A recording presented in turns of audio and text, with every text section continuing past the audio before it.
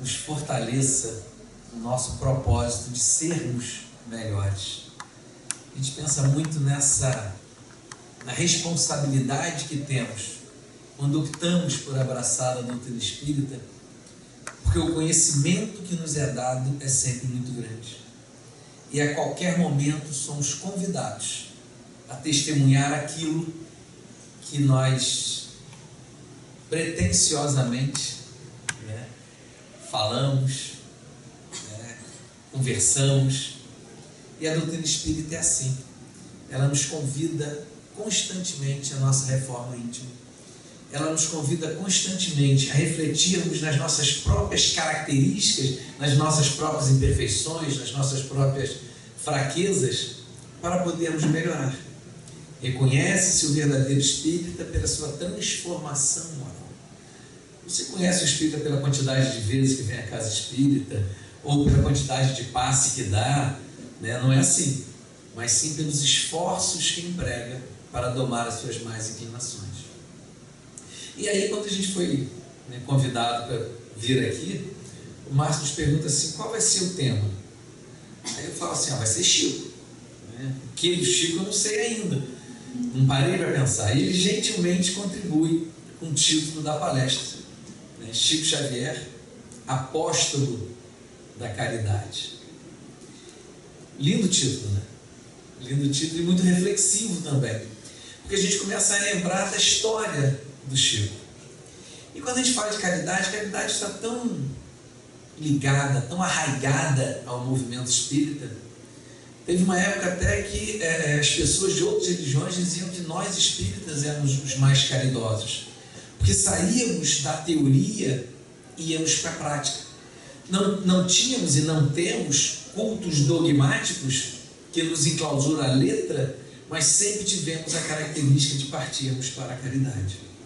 O espiritismo que surge na França chega ao Brasil e toma uma conotação totalmente diferente. Lá, naquela época, quando Kardec estava ainda operando de forma encarnada, se via ainda as obras de caridade. Mas hoje, quem visita o velho continente, quem vai à França, encontra lá um espiritismo científico, um espiritismo filosófico, mas jamais um espiritismo religioso. Essa característica de religiosidade que Kardec trouxe claramente para o espiritismo, ele toma uma força muito maior para nós aqui no Brasil. Por que isso?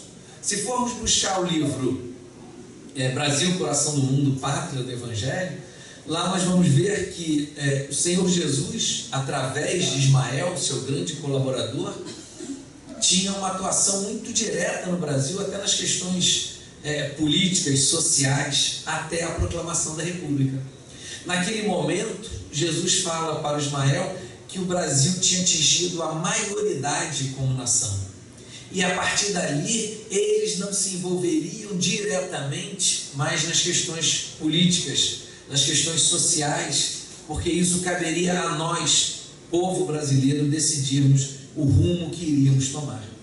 Por isso que nós estamos ainda, desde a proclamação da República, ainda aprendendo como nós devemos agir em relação à coletividade. Mas o Senhor Jesus recomenda a Ismael que a partir daquele momento focasse ele na espiritualização do Brasil, dando natural atenção ao espiritismo. Então a gente vai ver Dr. Bezerra de Menezes presidindo a Federação Espírita para poder unificar o movimento, porque naquela época tinha os científicos que queriam apenas o lado científico do espiritismo, os fenômenos, e tinha aqueles que cuidavam da caridade, que cuidavam da assistência, naquilo que na Federação Espírita Iniciante chamava Casa de Assistência. E aí fortalece aquilo, e Bezerra traz a importância para a unificação daquele movimento, que nós espíritas tivéssemos uma conexão muito forte com a caridade. E aí a gente vai ver no Brasil o espiritismo tomando uma conotação religiosa e uma conotação de atender assistencialmente à população. Então a gente vai ver nas casas espíritas distribuição de sopa, distribuição de água frutificada, passe, ao longo de muito tempo, receituário mediúnico da homeopatia. Então isso é a história, porque a caridade estava sempre ligada ao movimento espírita. Quando a gente vai no capítulo 15 do Evangelho segundo o Espiritismo, Kardec nos traz uma conotação diferente para a época, porque a época a verdade era fora da igreja, não há salvação, e Kardec traz, portanto, no capítulo 15, que fora da caridade não há salvação. Não importa qual seja a sua ligação religiosa, você como espírito busca ascender, buscar o Senhor Jesus, compreender o Senhor Jesus, seria através da caridade. Então a gente vai ver a importância da caridade em tudo isso. E aí a gente chega na caridade com o Chico Xavier. E aí a gente recorre ao conhecido como hino da caridade, que em algumas traduções traduz como hino do amor, mas nós pegamos da caridade, foi assim que a gente aprendeu lá atrás, em que Paulo, na primeira carta aos Coríntios, capítulo 13, todo o capítulo 13 dedicado a isso, ele fala: mesmo que eu falasse a língua dos homens e dos anjos, se eu não tivesse caridade, eu seria como bronze que soa, ou como um símbolo que tinha. Mesmo que eu tivesse o dom da profecia, o conhecimento de todos os mistérios e de toda a ciência, mesmo que eu tivesse a fé a ponto de transportar montanhas, se eu não tivesse caridade, isso nada seria. Mesmo que eu distribuísse todos os meus bens aos famintos, mesmo que eu entregasse o meu corpo às chamas, se eu não tivesse caridade, isso nada me adiantaria, porque a caridade é paciente, a caridade é prestativa, a caridade não se ostenta, não se incha de orgulho. É muito bonito isso, e ele conclui dizendo que agora permanecem fé, esperança e caridade. A maior delas, porém, é a caridade. Então, quando a gente começou a montar a estrutura do estudo para a gente trazer, e aí pensando em caridade, a gente pensou nisso que a gente estava conversando até agora com vocês, de como a caridade é importante para a nossa libertação espiritual, como a caridade sempre esteve presente com o Senhor Jesus, com o Espiritismo, como nós estamos absolutamente ligados a essa expressão de amor, a essa expressão de fraternidade, a essa expressão de comunhão com o próximo. Amar a Deus e amar ao próximo é através da caridade que nós vamos testemunhar isso. Então nós estávamos montando essa linha de raciocínio quando a gente veio, e o Chico? Claro, quando a gente pensa em Chico, a gente pensa em caridade o tempo todo. Mas como trazer dentro de uma linha lógica, né, de organizar dentro disso que a gente está pensando, o Chico? E a gente começou a pensar e a estruturar nessa passagem do hino da caridade. E aí a gente vai trazê-la em frações, em doses, em versículos para a nossa reflexão. Então a primeira é exatamente esse, né? Mesmo que eu falasse a língua dos anjos e dos homens. Não é o que Chico fazia? Não era o que ele fazia quando ele trazia a língua dos anjos para a nossa compreensão? O Márcio leu uma página belíssima do Fonte Viva, que é a língua de vamos usar essa expressão, Emmanuel que nos perdoe, mas de um anjo, através do Chico, para trazer para nós uma informação. E quando a gente pega esses livros de Emmanuel, e Emmanuel tem essa capacidade extraordinária de nos pegar, às vezes, meio versículo e nos trazer uma lição de uma vida inteira. Ele não pega um capítulo do Evangelho, ele não pega uma passagem inteira de Jesus, às vezes ele pega exatamente isso, meio versículo, e nos traz reflexões para um dia, para um ano, para uma vida inteira. Emmanuel usando uma expressão de hoje, ele é cirúrgico. Ele chega e toca o nosso coração com uma precisão extraordinária. A gente fala, gente, eu precisava disso. Tem uma amiga nossa, Denise Rocha, lá do Grupo Espírita Leôncio de Albuquerque, que às vezes ela fala assim, Fábio, tem dia que eu não estou premando. Porque às vezes a gente está com nossos conflitos internos e a gente abre e Emmanuel não alivia a nossa barra, né? Emmanuel vai lá e pega assim, olha, você tinha que ter perdoado e não perdoou. Você tinha que ter orado mais, você tinha que ter agido, você tinha que ter feito. E a gente quer às vezes assim, meio, né, que passa a mão na cabeça da gente, doutor Bezerra de Menezes, mas não Emmanuel. Emmanuel fala exatamente o que a gente precisa ouvir. E às vezes dói, porque a gente não quer ouvir. Então, mesmo que eu falasse a língua dos homens e dos anjos, e a gente vai ver o Chico trazendo essa mensagem dos anjos para nós, e aí a gente está falando de Emmanuel, mas a gente pode falar de tantos outros.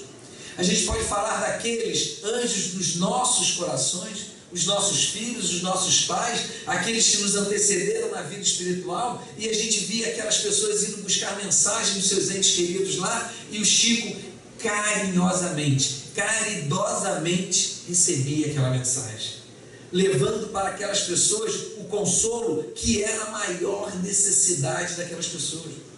Porque nós víamos lá pessoas que no mundo tinham tudo, recursos financeiros em abundância, mas estavam lá naquela fila humildemente para cumprimentar o Chico e pedindo a ele: tio Chico, me traga uma notícia do meu filho, me traga uma notícia da minha esposa, me traga uma notícia dos meus pais. Dramas tão violentos, tão fortes, que emocionavam a todos que lá ouviam, porque são dramas que de certa forma tocam o nosso coração, e quando a gente tem a capacidade de sentir a dor do outro, de termos essa empatia com a sensação do outro, nós estamos desenvolvendo a caridade dentro de nós. E isso nós vimos no Chico, nessa capacidade de acolher o outro. E trazia mensagem para as pessoas, e aquelas pessoas que estavam desiludidas, desesperadas, desesperançosas, chorando, abatidas, consumidas pela dor, ao receber aquela mensagem, esboçava talvez o primeiro sorriso em meses de angústia e de sofrimento. E saíam de lá com aquele tesouro de folhas de papel embaixo do braço, guardando aquilo, abraçado junto ao coração, porque aquilo era o que ele tinha de mais valioso na vida dele, apesar de ter os cofres amoedados no mundo. Mas aquela resma de papel, aquelas folhinhas que ele tinha ali, aquilo tinha um valor extraordinário. Então era o Chico fazendo a caridade através da língua dos homens e dos anjos, porque apesar de se comunicar com os homens e com os anjos, ele ainda fazia caridade, porque ele não era como um bronze que soa ou como um símbolo que tinha. Tocava assim sinos dos nossos corações, sinos da saudade, mas se comunicava com cada um que lá ia entregar para ele. Então a gente via aquelas filas de cumprimento do Chico, e na sexta-feira era um dia intenso para o Chico. Ele chegava no grupo Chico da Prece por volta de 2 horas da tarde, onde ele tinha alguns atendimentos fraternos agendados. Depois ele iniciava a psicografia no receituário de Dr. Bezerra de Menezes, onde ele recebia 100, 200 receitas mediúnicas das pessoas que pediam. Depois daquilo ele sentava já mediunizado, desde as 4 horas da tarde, depois já terminava o atendimento fraterno, já mediunizado, ele sentava na mesa por volta das 6, 7 horas da noite, e ali ia até as 4, 5 horas da manhã psicografando. 14, 15 horas de atendimento ao próximo, às sextas-feiras. Sábado ele acordava cedo, ia para o culto do lar dele lá no Abacateiro, começava às 2 horas da tarde, depois às 19 horas ele estava no grupo da prece de novo, depois ele cumprimentava, autografava e cumprimentava todas as pessoas da fila, e aí ele saía de lá às 5, 6 horas da manhã. Essa rotina que nós acompanhamos. Na década de 80, o Chico já com 70 anos, e essa era a rotina que ele tinha. Então a gente vai ver absolutamente entregue à caridade, ao amor ao próximo. Mesmo que eu tivesse o dom da profecia, o conhecimento de todos os mistérios e de toda a ciência, mesmo que eu tivesse fé a ponto de transportar montanhas, se eu não tivesse caridade, eu nada seria. O conhecimento do Chico é extraordinário. O conhecimento de história do Chico era extraordinário. Conversar com o Chico sobre fatos históricos, você falava: nossa, Aonde que ele fez o mestrado, onde ele fez o doutorado dele em História. Se nós buscarmos na internet o discurso que o Chico fez, por ocasião em que ele recebeu o título de cidadão paulistano, e ele vai contar a história da cidade, da fundação da cidade de São Paulo, a gente vai querer falar em que livro que o Chico estudou isso. Aonde estão essas informações? Estava nele. Porque ele havia participado, junto com o padre Manuel da Nóbrega, da fundação da cidade de São Paulo. Então ele sabia como tinha se processado aquilo. Ele sabia como tinha sido a catequese daqueles índios daquela região, como tinha sido a criação da escola, do colégio, e depois evoluiu para quase uma cidade-estado de São Paulo, né? Beirando os 20 milhões de pessoas de população. Tem muitos países que não têm essa quantidade de gente, está lá na cidade de São Paulo. Né? E Emmanuel dá, só por curiosidade, Emmanuel dá esse nome porque Emmanuel tinha uma ligação afetiva com Paulo desde a época de senador romano. Diz que depois que Lívia desencarna, ele tem aquele choque todo, e aí sim o Cristo começa a nascer no seu coração. Ele saindo, né, do Senado romano, encontra Paulo em Roma. Né? Paulo já estava em Roma nessa época. E aí ele conversa. E desde aquela época tem uma ligação profunda entre Emmanuel e Paulo de Tarso. E aí, aquela cidade que ele vai fundar, ele coloca o nome de São Paulo. Informações do Chico. Então a gente vai ver que mesmo para os dons da profecia, e profecia onde? Hoje, o livro, as obras de André Luiz, né, principalmente quando fala das questões da medicina, a gente está vendo a medicina hoje comprovando o que o Chico, ou o que Emmanuel, desculpa, que André Luiz havia dito pela mediunidade do Chico há 50, 60 anos atrás. Né? Quando eu estudei na escola, e não tenho 50 anos, né, dizia que a parte principal da célula do nosso corpo era o núcleo, e lá André Luiz dizia que era o citoplasma. Hoje já chega à conclusão que tudo acontece no citoplasma. O citoplasma influencia o próprio núcleo da célula. Lá atrás ninguém sabia disso, a ciência não sabia disso, a ciência do mundo. Mas André Luiz já sabia pela ciência espiritual e trouxe pela mediunidade do Chico. Então a gente vai ver aquela profecia e ele falando de coisas que iriam acontecer no mundo, né, com as nossas equivocadas escolhas, as consequências que aquilo daria para o mundo. Quando a gente vê lá a mediunidade do Chico falando antes, lá em 1930 e pouco, tem uma mensagem que fala exatamente da guerra, da primeira guerra que não teria acabado, e a segunda iria acontecer inevitavelmente pelas nossas imperfeições, pelo nosso orgulho, pela nossa vaidade. Né? Então a gente vai ver em 39 a guerra, né, estourando na Europa novamente. Então a gente vai ver esse dom da profecia do Chico em vários momentos. Dom da profecia, quando ele dizia as coisas que iriam nos acontecer pessoalmente lá. Tem um caso de uma mãe interessante na ciência de todos os mistérios. O Chico veio, né, na nossa casa em 72, quando ele recebeu o título de cidadão fluminense aqui no Caio Martins, e foi almoçar na nossa casa. 74, isso, 74. Quando ele recebeu o título de cidadão fluminense. E aí, mas antes disso, e aí a mamãe pôde finalmente conhecer o Chico, mas antes disso, mamãe tinha muita vontade de conhecer o Chico, muita vontade.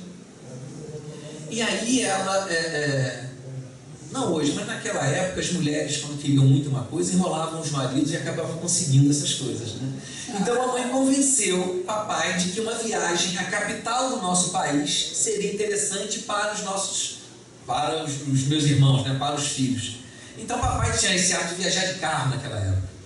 Então ele fez essa viagem, né? Conheceu as capitais do Brasil, praticamente todas, ao longo dessas viagens de carro. Eu não ia, porque o carro não cabia a todos os filhos. Então iam só os filhos mais velhos, eu ficava em casa com as minhas tias.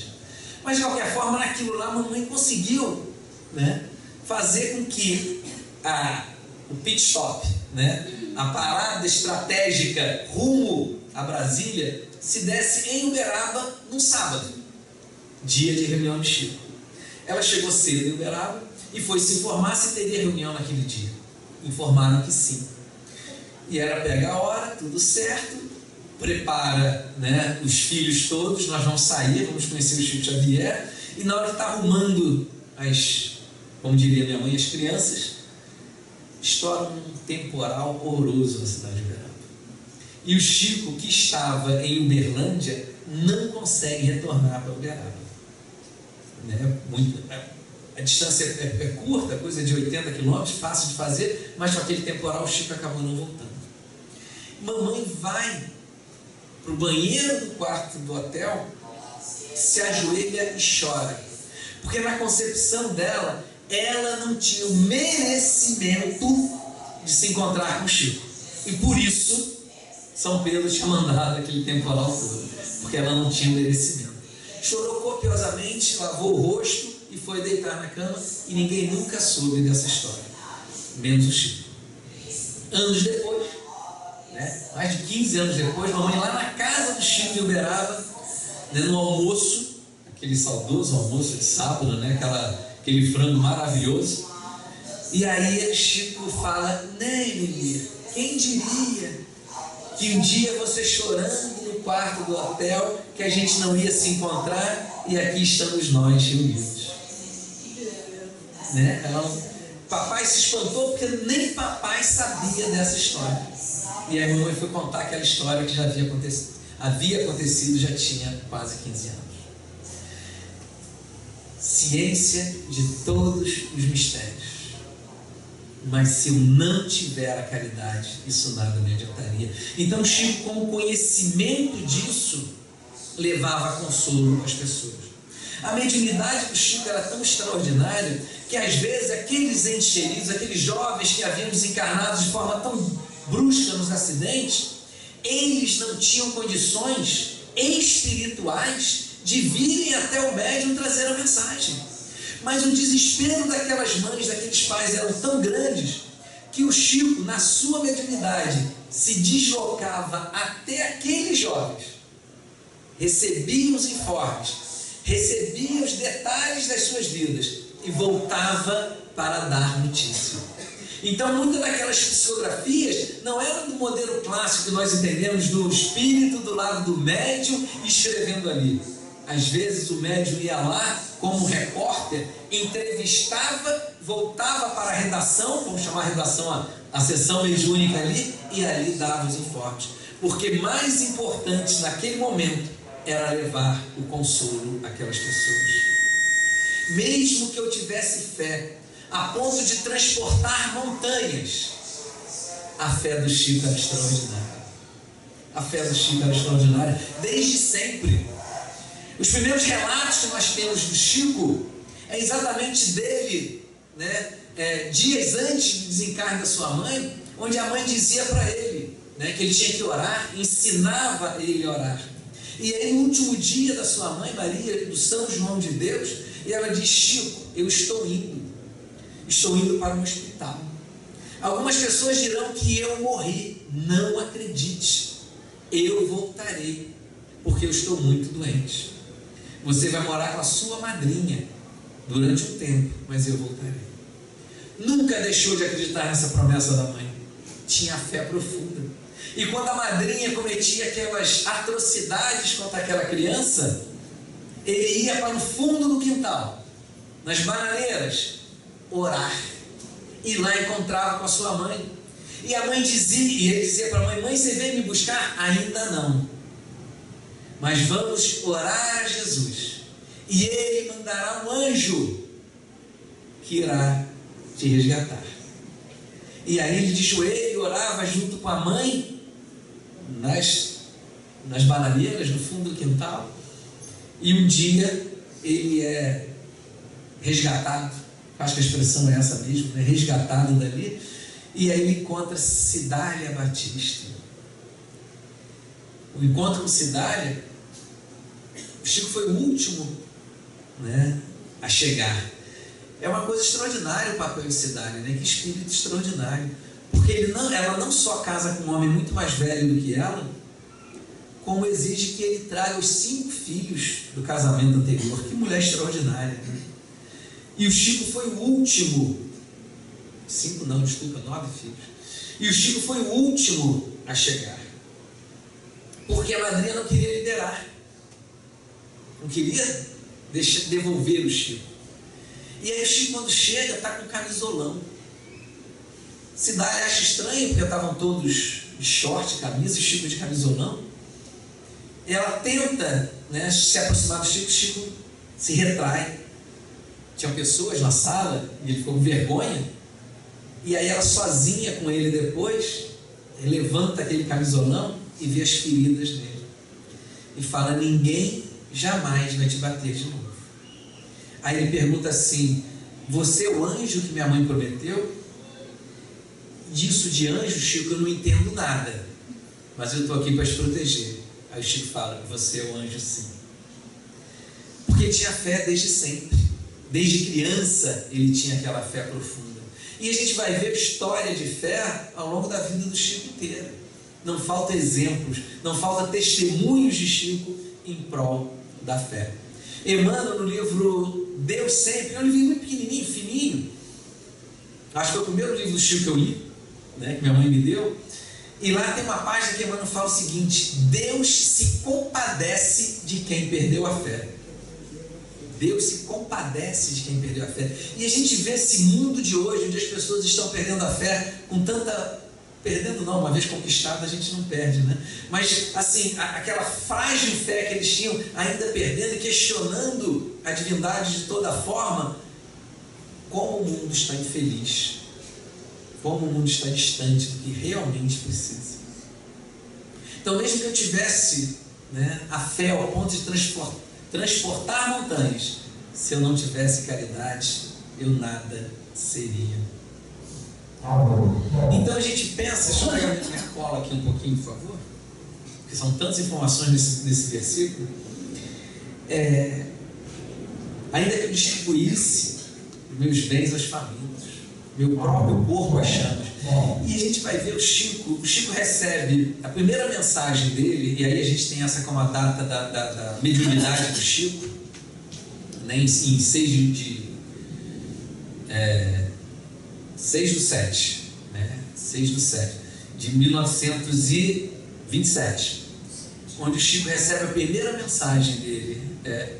Toma isso como a data da mediunidade do Chico, mas na verdade é só mediunidade com o espiritismo. Foi a primeira vez que ele psicografa uma mensagem sabendo o que estava fazendo, porque o Chico psicografava mensagens desde a época da escola, em 1922, né, ele com 12 anos, quando ele vai ter o centenário da independência, ele psicografa a mensagem na escola, né? A dona Cidália Laranjeiras, né, a professora dele, fala com ele, ia ter um evento no estado de Minas inteiro, onde as pessoas deveriam escrever sobre o centenário da independência. E no dia aprazado para aquilo, o Chico levanta e vai lá falar com a professora. Professora, tem um homem do meu lado que está mandando eu escrever umas coisas. Chico, não é hora para essas coisas, vai lá e escreve. E ele falava assim: por um lado eu sabia que eu não podia escrever aquilo, porque não era meu. Mas por outro lado, se eu não escrevesse, eu estaria desobedecendo a professora que eu amava muito. Então eu escrevi. Ganhou menção honrosa naquele concurso dos Estados Unidos. Então ele foi em psicografia. Só que ele não tinha consciência disso. Então lá na frente a gente vai ver isso. Mas logo depois, uma semana depois, ele estava no seu quarto, dessa primeira psicografia, e ele recebe um espírito de uma mulher que falava em castelhano, língua que ele não conhecia, mas que ele entendeu perfeitamente através da comunicação daquele espírito. Claro, era de coração a coração.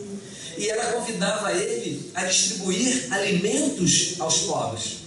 E ele, né, se defendia com ela, mas falou: senhora, às vezes falta o alimento dentro da minha própria casa, eu sou muito pobre, como que eu vou distribuir o que eu não tenho? Comece a distribuição para essa gente peninsular, dizia ela, e os recursos nunca lhe faltarão. No final de semana, no sábado seguinte, ele pega a irmã dele, Dona Luísa, e vão para uma ponte lá em Uberaba, onde ele sabia que ali embaixo daquela ponte moravam algumas pessoas. E leva alguns pedaços de pão para aquela ponte. E começa a distribuir pão e água para aquelas pessoas, acrescidas de oração, de vibração e de amor. E ele começa a distribuir aquilo. E chegou num daqueles sábados, ele não tinha nada para levar. E pensou, não vou. Com vergonha, como é que eu vou levar para as pessoas que sempre estão esperando o meu alimento e eu não tenho nada para ela? Não vou. E Emmanuel aparece para ele e fala, vai. E ele resolve ir. Ir para pedir desculpas pela ausência de recursos.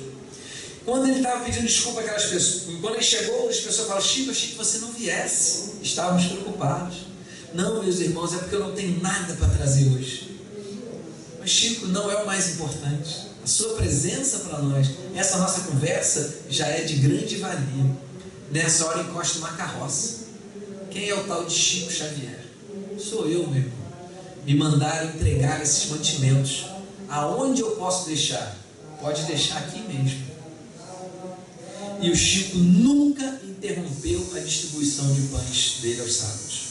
Quem teve a oportunidade de ir a Uberaba, via depois do culto, que ele chamava de culto do lar dele, que era na periferia, né? E o Bacelli até escreveu um livro sobre isso, com o título de A Sombra do Abacateiro, porque o culto era feito exatamente embaixo de um pé de abacate. Então ali estava, depois que ele tinha toda a preleção evangélica, ele ia distribuir pães para as pessoas. E as filas eram enormes, as filas eram gigantescas. Eu estou falando do Chico distribuindo 5.000 pães numa tarde, né? Era muito impactante aquelas pessoas. Uberaba é uma cidade muito quente no verão, extremamente fria também no inverno, e ela tem, pela característica geográfica da região, uma terra vermelha muito forte, muito fina. Então aquelas crianças, aquelas pessoas lá ficavam muito suadas e daqui a pouco ventava e aquele pó vermelho grudava na pele das pessoas, então dava um aspecto muito sujo para aquelas pessoas. E lá estavam elas recebendo aquele pão, beijando a mão do Chico e seguindo o seu caminho. A caridade sempre esteve presente. Então mesmo que eu distribuísse todos os meus bens aos famintos, o Chico fez isso. Mesmo que eu entregasse meu próprio corpo às chamas, e a gente fala do sacrifício pessoal, Emmanuel diz para o doutor Bezerra de Menezes diz para o Chico que a angina que ele desenvolveu foi de tanto compartilhar a dor das mães que haviam perdido seus filhos. Porque o Chico dizia que a dor de uma mãe que perdeu o filho não é uma dor moral, é uma dor física, ela dói no coração. E de tanto compartilhar aquilo, porque o Chico, às vezes a gente vê as pessoas chegando no atendimento fraterno, e essa é a recomendação mesmo, eu perdi meu filho, a gente começa, você não perdeu, na verdade a vida continua, a morte não existe. É a nossa crença, de fato é. Apesar de que eu acho que a morte existe sim, não existe o fim. Mas quem já perdeu alguém nesse sentido de morte, né, me permita usar essa expressão, sabe que o sentimento é de ruptura, né? Não vou ver amanhã, não está do meu lado. Então a gente sente aquele momento assim, até culturalmente a morte é uma coisa muito forte para a gente. Então quando aquelas pessoas chegavam a Uberaba, ao invés do Chico doutriná-las evangelicamente, o Chico abraçava e chorava junto. Abraçava e chorava junto. É a mãe que chegava para dizer assim, meu filho e meu esposo morreram no acidente de carro e só eu sobrevivi. Como é que você vai consolar essa mãe? É a mãe que deixa o filho com a avó e a avó dá o xarope, ao invés de pegar o remédio deu para os netos um produto tóxico e as crianças desencarnam.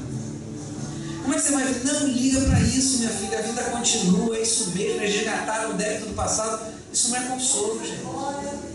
O Chico abraçava e chorava junto, porque aquilo doía, e ele sabia que aquilo doía. Então quando a gente fala assim, de entregar o meu corpo às chamas, o Chico entregou o corpo dele para as pessoas, entregou o corpo dele em nome da caridade. Então quando a gente fala de caridade e Chico Xavier, essas coisas estão absolutamente interligadas. Quando a gente E aí, pegando o título da palestra, né? Chico Xavier, o apóstolo da caridade, porque em todas as suas ações, durante toda a sua vida, o Chico estava ali testemunhando a caridade. E aí permanece fé, esperança e caridade. O Chico espalhava fé, o Chico espalhava esperança, mas espalhava através da caridade. Era a caridade o seu instrumento de evangelização. Era a caridade o instrumento que ele tinha para demonstrar aos outros o que deveria ser feito. Porque, na verdade, essa foi a tarefa do próprio Cristo. É um equívoco muito grande nós entendermos que Jesus veio à Terra para dizer que a gente tinha que amar ao próximo, amar a Deus e amar ao próximo. Isso Jesus podia ter mandado qualquer um, como de fato já tinha havido outras pessoas. Essa ideia do maior mandamento ser amar a Deus, isso já estava nas escrituras antigas. Jesus não precisava vir à Terra para dizer que tínhamos que amar. Jesus vem à Terra para exemplificar a forma de amar, porque isso nós ainda não tínhamos compreendido. Ainda não compreendemos, mas pelo menos já sabemos o caminho. A gente sabe hoje o que é amor. A gente já sabe o que nós precisamos fazer. Isso é importante porque nós temos tantos exemplos que nós não podemos alegar ignorância. Aquela frase de Jesus, Pai, perdoa-os porque não sabem o que fazem, não cabe para nós espíritas, né? Para nós seria, Pai, perdoa-os porque não fazem o que sabem. Informação nós temos. Hoje, nós, que nos dizemos cristãos, nós já temos todas as informações necessárias para sermos bons. O que nos falta não é informação, o que nos falta é ação, determinação, vontade de fazer. E o Chico nos exemplificou isso ao longo de toda a sua vida. Toda a sua vida dedicada como um apóstolo de Jesus, como um apóstolo da caridade, uma vida inteira dedicada a nos ensinar o caminho que nos conduz a Jesus. Que Deus abençoe o Chico, que ele receba a nossa gratidão por tudo que ele pôde nos ensinar, e que Deus abençoe a cada um de nós, para que nós possamos transformar o nosso conhecimento em ação, em prática, em atitudes em prol do próximo. Que Deus nos abençoe.